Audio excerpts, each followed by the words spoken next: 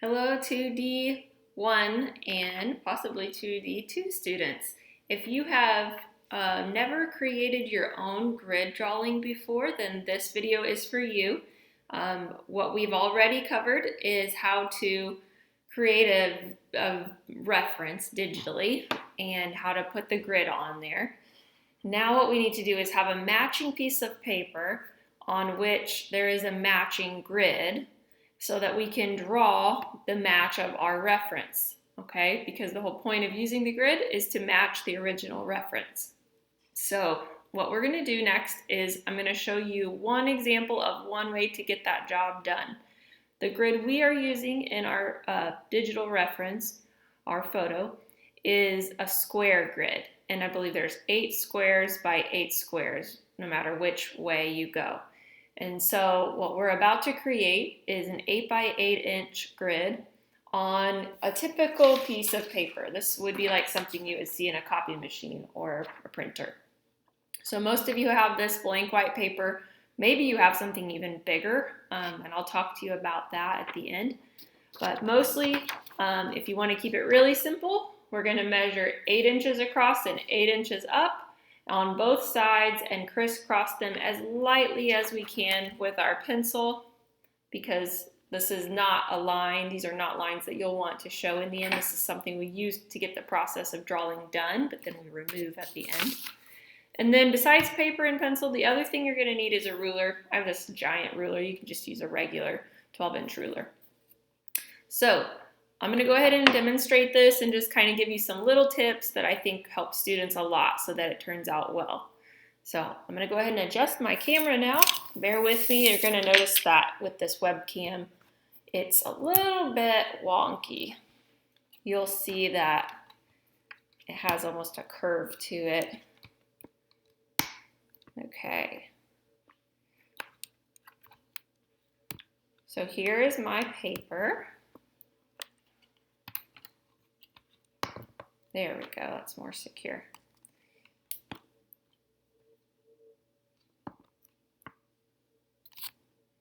All right, there's my regular paper. And like I told you guys, we're gonna go ahead and just do an 8 by 8. Now, what's cool about the grid is if you understand math and you wanna make these squares bigger, let's say you have a really big piece of paper, you could make each square 1.5 inches by 1.5 inches, as long as you maintain that the height and width of each mark is exactly the same and consistent, and you can make the same amount of squares, which are 8 by 8, then you would be fine.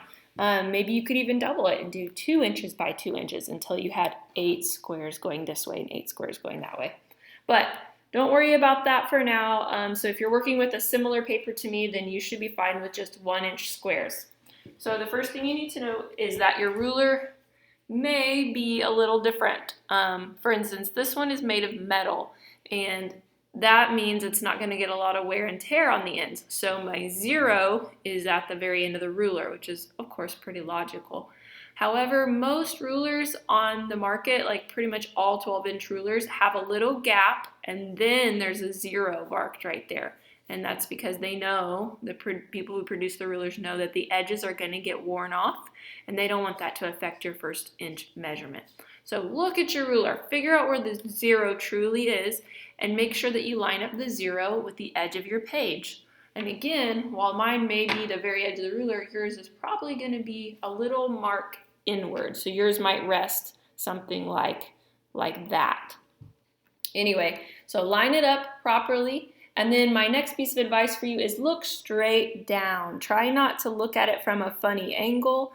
Look straight down upon your ruler, and then hold your paper nice and straight and mark right against the edge of the page, every 1 inch. If you're uncertain of where the inch marks are, maybe your ruler just isn't clear to you, ask for a second opinion and get somebody else to look at it with you. I've marked all the way to the 8, and so I know that that's going to be enough. So technically this part I'm not even going to need. Now I'm going to go up to the top of my paper, and starting at the same side, I'm going to do the same thing. So I'm lining it up, looking straight down upon it, and marking every 1 inch. 6, 7, 8. All right. The next thing I'm going to do is I'm going to connect my 8s together. So I'm just going to use my ruler this direction. If you have a ruler that slips and slides a lot, then you should hold your hand like a mitten as far out apart as you can, like that, so it can't pivot, and then mark against it without putting too much pressure on the ruler. You really don't need to. Just use it as a guide. So this is extra. That can be cut off if you're working on this small scale. All right, now what's missing is I still don't know where my 1-inch marks are on these two sides, so I need to be consistent and do that. I'm going to go ahead and mark this right here.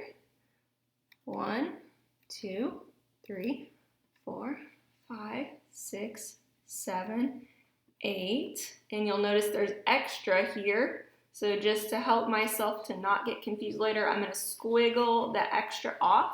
That'll make sense in a minute. And I'm going to go over here. And since I started at the bottom on this side, I'm going to go ahead and start at the bottom over here. Line it up. Get it nice and steady. 1, 2, 3, 4, 5, 6, 7, 8. All right, and I'm going to squiggle out the end of that measurement that, again, I won't need. Okay, that extra squiggle part, that's the part I'm going to connect right there where I marked my 8s. Okay, so I'm going to line up those 8 marks, and I'm going to go all the way across. All right, so this little border right here, not including the edge of my paper, is my actual size of my drawing. That's pretty small, but again, if all you have is this size paper, then that's okay. My next task is going to be to connect my marks. So for this, the only thing you need to do is remember to hold your ruler really straight. Don't let it swivel around. And then use just the weight of the pencil to mark the line. It should be so light that you could almost rub off with your hand. Like, that's how light it should be. If you find yourself making it too dark, then try to erase it lighter, because later on you're not going to want that dark line showing through your drawing. You're going to want to be able to clean it up and get rid of the grid when you're done with it. The grid, I always tell people, is kind of like training wheels. We use it to teach ourselves to make observations, and then once we get the hang of something or we get through the difficult parts, we can throw off the training wheels and just draw freely through the rest of the image. But that being said, there's always something new and harder to draw, so it's not like using the grid is just for beginners. Leonardo da Vinci uses the grid. In fact, the Egyptians used the grid through a lot of their historical artwork. So this is a time-proven method. A more current artist that uses a grid and does amazing, profound work are the portraits of Chuck Close. So you can check him out too. All right, so as I'm about to draw these last few lines, you'll notice that I've rotated my paper just for my own ease. And this is that side I'm heading to over here where I've squiggled out the extra, because 8 inches going this direction stops here, okay? So for me, what I want to do is I want to line my marks up just like I've been doing. I'll show you this way so you can see it better. But what I don't need is I don't need to mark it on this little piece. So I'm going to go all the way across. If you forget and you mark it there, it's not a big deal. Just know that your grid actually ends here. So I've used that same measurement, but I'm not connecting all the way to the edge because I don't need to. Just line it up with your measurement and connect across. And what you'll see are perfect squares. If you're getting rectangles or squares that are tilted, then that just means something was a little off. Sometimes it's worth fixing, sometimes it's not.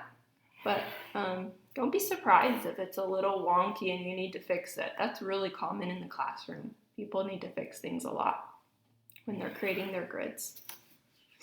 And if worst comes to worst, guys, if you're struggling with this today, you do your best and you're just like, oh man, this looks terrible. I can't seem to get it right. I'm like almost in tears. This is just hard. Reach out to me via email because I can easily create something like this for you a couple different ways and pass that on to you. This is not the actual skill that I'm wanting to teach you. This is just a resource you need to get the job done. All right, so we have our 8 by 8 grid. And this will match what you have in your photo reference.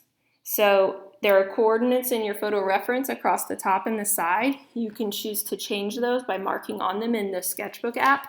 And then you can write in your own. Like some people like to do A, B, C, D, E, F, G, H over the spaces at the top. And then some people use the side to mark out 1, 2, 3, 4, 5, 6, 7, 8. That way, you know, as you're working on your art, if you have confusion, you can compare your reference that you're drawing from to your actual drawing that you're using, and you can see which section you're on. Oh, I'm on square 3B, and then you can find square 3B on the other one. It also helps for communication between you and I, so that if I look at your stuff during like a progress check, I can say, oh, you're doing so good, but check the upper right-hand corner of, you know, square 4E. And then you can go to that square, and you can even break it down into smaller grid pieces without a ruler, and just look at that upper right-hand corner that I'm referencing. So anyway, having some coordinates would be helpful. So again, this was a 1-inch grid. The important thing is that you have 8 squares